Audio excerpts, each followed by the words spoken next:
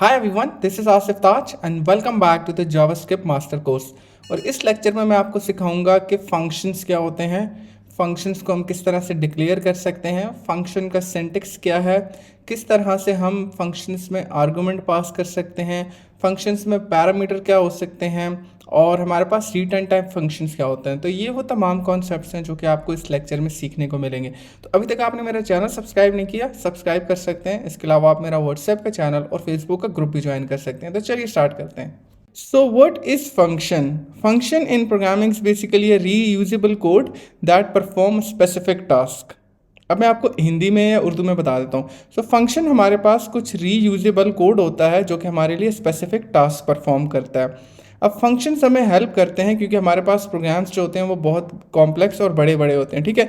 तो फंक्शंस हमें हेल्प करते हैं कोड को मैनेज करने के लिए। तो हम क्या करते हैं, हम अपने प्रोग्राम्स को स्मॉल स्मॉल पार्ट्स में डिवाइड कर देते हैं फंक्शंस की फॉर्म में, और फिर हर फंक्शन एक स्पेसिफिक टास्क परफॉर्म करता है और जब हमें उसकी ज़रूरत होती है तो हम उसको कॉल कर लेते हैं। चलिए मैं आपको ना प्रैक्टिकल करके दिखाता हूँ। सो इसके अलावा ये वाला लिंक जो है ये आपको डिस्क्रिप्शन बॉक्स में मिल जाएगा, आप इसको यहाँ पर आके स्टार भी दे सकते हैं। एंड यहाँ पर मैंने सारी थ्योरी मेंशन कर रखी है जो कि अभी मैं आपको प्रैक्टिकली पढ़ाऊँगा। तो उसके बाद आपको ये सारी थ्योरी यहाँ पर मिल जाएगी, आप इसको दोबारा भी देख सकते हैं, लेकिन मैं आपको ऑलरेडी एक्सप्लेन भी कर दूंगा। ओके, सो यहाँ पर एक कोड देखें, सिंपल सा कोड है। मैंने दो वेरिएबल्स डिक्लेयर किए हैं, x is equal to y, y is equal to x is equal to 20 and y is equal to 20, और सम किए तो x प्लस वाई में 40 आ गया। बट अब हम इसको ना फंक्शन के थ्रू करते हैं, ठीक है। सो इसको मैं यहाँ पर कमेंट कर देता हूँ। सबसे पहले आपने फंक्शन डिक्लेयर कैसे करना है, आप यहाँ पर आ जाएंगे और अपने फंक्शन कीवर्ड यूज़ करेंगे फंक्शन, ठीक है। उसके बाद आपके फंक्शन का नेम आ जाएगा, लेट्स से ये हो गया सम, ठीक है, सॉरी सम। उसके बाद आपने ये वाली ब्रैकेट यूज़ करनी है एंड देन आपकी कर्ली ब्रेसेस जो कि होगी आपके फंक्शन की बॉडी, ठीक है। सो ये है आपका फंक्शन, फंक्शन कीवर्ड। उसके बाद आपके फंक्शन का नेम, देन आपके पास उसकी ये बॉडी, ओके सॉरी ये ब्रैकेट, ठीक है। देन उसके पास ये वाली बॉडी है, इसको ब्लॉक कहते हैं, ठीक है, ये ब्लॉक या बॉडी। तो फंक्शन हमेशा जब भी कॉल होगा तो फंक्शन से रिलेटेड कोड हम यहाँ पर करेंगे। अभी क्या हो रहा था, ये वाला जो कोड था वो हमने यहाँ पर किया हुआ था और first line second line execute हुई और आपके पास ये कोड नीचे की तरफ रन होता चला आ गया, ठीक है, जिस तरह उसको कंसोल मैंने किया हुआ। अब इसी कोड को मैं यहाँ पर प्रिंट कर दूंगा, राइट। फंक्शन से रिलेटेड एक चीज़ बताता चलूँ कि अभी तक हमने जितना भी काम किया वो हम फंक्शंस के इनसाइड भी परफॉर्म कर सकते हैं, ठीक है, इनसाइड भी कर सकते हैं। जितना भी काम किया वो सारा फंक्शंस के इनसाइड हो सकता है। तो ये बेसिकली बॉडी है, जब भी ये फंक्शन कॉल होगा तो इस बॉडी में यहाँ पर ये वाली लॉजिक परफॉर्म होगी और ये वाला सारा काम होगा, राइट। अब अगर इसको रन करूँ तो यहाँ पर देखें कुछ भी आपके सामने यहाँ पर शो नहीं हुआ, जबकि ये फंक्शन तो लिखा हुआ है, ठीक है। अब ये फंक्शन जावास्क्रिप्ट में जब आप लिख देते हैं ना तो वो कॉल नहीं होता, वो रन नहीं होता। उसको रन करने के लिए आप क्या करते हैं, उसको आप इस तरह से कॉल करते हैं, इस तरह से, राइट। सेव किया, दोबारा से रन किया, अब देखें x प्लस वाई आपके पास क्या आ गया, 40 आ गया, ठीक है। तो यहाँ पर ये फंक्शन तो आपने क्रिएट कर लिया और उसमें सारी लॉजिक भी लिख दी, लेकिन क्योंकि ये फंक्शन आपने कॉल नहीं किया तो इसलिए इसके अंदर वाला कोड कभी भी रन नहीं होगा। तो जब जावास्क्रिप्ट ये इस कोड को रन करेगा, ठीक है, तो यहाँ पर ये 10 लाइन पे आएगा, फिर ये देखेगा यहाँ पे एक फंक्शन कॉल हुए, फिर ये कोड यहाँ पे चला जाएगा, ओके, और इसके बॉडी के अंदर जो भी कोड होगा वो उसको एग्जीक्यूट कर देगा, मीन रन कर देगा, राइट। अभी यहाँ पर एक प्रॉब्लम है। अब यहाँ पर देखो, मैंने कहा था कि फंक्शंस आपको हेल्प करते हैं। Function is basically reusable code, ठीक है। अब मैं इसको दोबारा से कॉल करूँ तो ये क्या करेगा, ये आपके लिए क्या करेगा, दोबारा से इसको देखें, सम जो है वो दोबारा से 40 आ गया, ठीक है। अब ये होता है स्टैटिक मेथड, ठीक है। स्टैटिक मेथड में क्या होता है कि आपके पास कुछ वेरिएबल्स हैं जो कि जिनकी वैल्यू फिक्स्ड होती है, ठीक है, जिनकी वैल्यू क्या होती है, फिक्स्ड होती है और आप उसको चेंज नहीं कर सकते, राइट। लेकिन प्रोग्रामिंग में आप हमेशा ना स्टैटिक कोड नहीं लिखते या आप स्टैटिक सॉफ्टवेयर्स नहीं बनाते, आप हमेशा डायनामिक सॉफ्टवेयर्स बनाते हो, ठीक है। डायनामिक मीन्स कि ये सम है ना, इसको मैं अगर कोई भी वैल्यू पास करूँ तो ये उसका सम कैलकुलेट कर दे।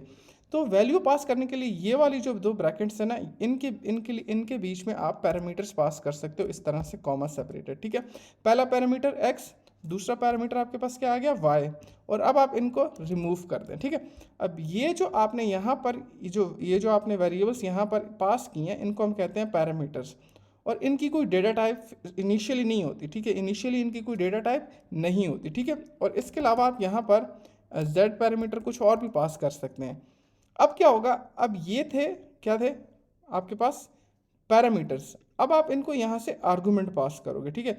ये देखो एक्स आपने क्या पास कर दिया 2 और वाई क्या पास कर दिया 2, ठीक है। एंड अगर आप कंट्रोल और यहाँ पर माउस होल्ड करें, कंट्रोल या कमांड माउस, तो यहाँ पर देखें आपको खुद बता रहा है कि एक्स की वैल्यू पास करनी है और वाई की वैल्यू पास करनी है, राइट। तो आपने यहाँ से इसको एक्स की वैल्यू पास कर दी 2, वाई की वैल्यू पास कर दी 2, ठीक है, और ये ज़रूरी नहीं है, ठीक है। अब यहाँ पर इसको जब आप दोबारा से रन करेंगे तो आपके पास सम क्या आएगा 4। तो ये क्या हो गया, ये हो गया आपके पास डायनामिक, ठीक है। अब दोबारा इसी फंक्शन को आप दोबारा कॉल करते हैं तो अब क्या होगा, आप इसको यहाँ पर 5 पास कर दें और यहाँ पे कुछ और वैल्यू पास कर दें, राइट। तो अब आपके पास फंक्शन 2 दफ़ा कॉल हुआ और दोनों दफ़ा उसने एक और जो है एक और चीज़ उसने यहाँ पर देखें आपके लिए कैलकुलेट की है। सिमिलरली याद रखें यहाँ पर ज़रूरी नहीं है, देखें एक चीज़ याद रखिएगा कि ये वाई आपने यहाँ पर कर दिया ना, y यहाँ पर आपने पास कर दिया, लेकिन अगर आप इसको y की वैल्यू यहाँ पर नहीं प्रोवाइड करेंगे, इसको मैं यहाँ पर सेव कर देता हूँ, ठीक है, y की वैल्यू नहीं प्रोवाइड करेंगे तो अब ये देखो ये वेरिएबल तो डिक्लेयर हो चुका है, ये y वेरिएबल डिक्लेयर हो चुका है, लेकिन अगर इसको आप प्रिंट करेंगे तो ये अनडिफाइन आएगा, राइट। और मैंने आपको सिखाया था कि अनडिफाइन तब आता है जब आपने वेरिएबल डिक्लेयर कर दिया, ठीक है, वेरिएबल आपने डिक्लेयर कर दिया लेकिन उसको आपने कोई वैल्यू असाइन नहीं की। तो अब देखें आपने यहाँ पर इसको दोबारा से रन करें, देखें अनडिफाइन आ गया। अनडिफाइन क्यों आया, क्योंकि आपने वैल्यू तो वेरिएबल तो यहाँ पे वाई डिक्लेयर किया है लेकिन उसको आपने कोई वैल्यू पास नहीं की, ठीक है। पैरामीटर आपने यहाँ पर क्रिएट कर दिया, उसको आर्गूमेंट नहीं पास किया। 5 देखें यहाँ मैंने 5 पास कर दिया, दोबारा से रन किया, अब दोबारा से रन करेंगे तो देखें आपका एरर रिमूव हो गया और वैल्यू ऑफ 5 आपके पास प्रिंट हो गई, राइट। अब मैंने कहा था जितना भी कोड अभी तक हमने किया वो तमाम आप यहाँ पर कर सकते हैं। फॉर एग्जांपल अगर मैं आपको कहूँ कि आप यहाँ पर एरिया ऑफ रेक्टेंगल कैलकुलेट कर दें, तो एरिया ऑफ रेक्टेंगल क्या होता है, विद, ओके। यहाँ पर आप विद पास करेंगे और यहाँ पर आप क्या पास करेंगे, लेंथ, ठीक है, LENGTH, ठीक है। सो यहाँ पर अब आप इसको कह दें एरिया ऑफ रेक्टेंगल, ओके और इसको आप क्या करेंगे, लेंथ मल्टीप्लाई बाय उसका फॉर्मूला क्या होता है। अगर आप इस तरह नहीं करना चाहते तो let area is equal to width multiply by length, okay. ये आपने इसको लेंथ पास कर दी, उसको सेव करें और एरिया यहाँ पर आप यहाँ पर इसको एरिया पास कर दें, दोबारा से रन करें और आप इसको दोबारा से रन करें, देंगे एरिया ऑफ रेक्टेंगल आपके पास आ गया, ठीक है। सिमिलरली आप देखें फंक्शन का नेम भी आप चेंज कर सकते हैं, एरिया कर दें, और क्योंकि ये एरिया और फंक्शन का नेम और पैरामीटर का नेम सेम हो गया तो आपके पास एरिया आएगा, ठीक है।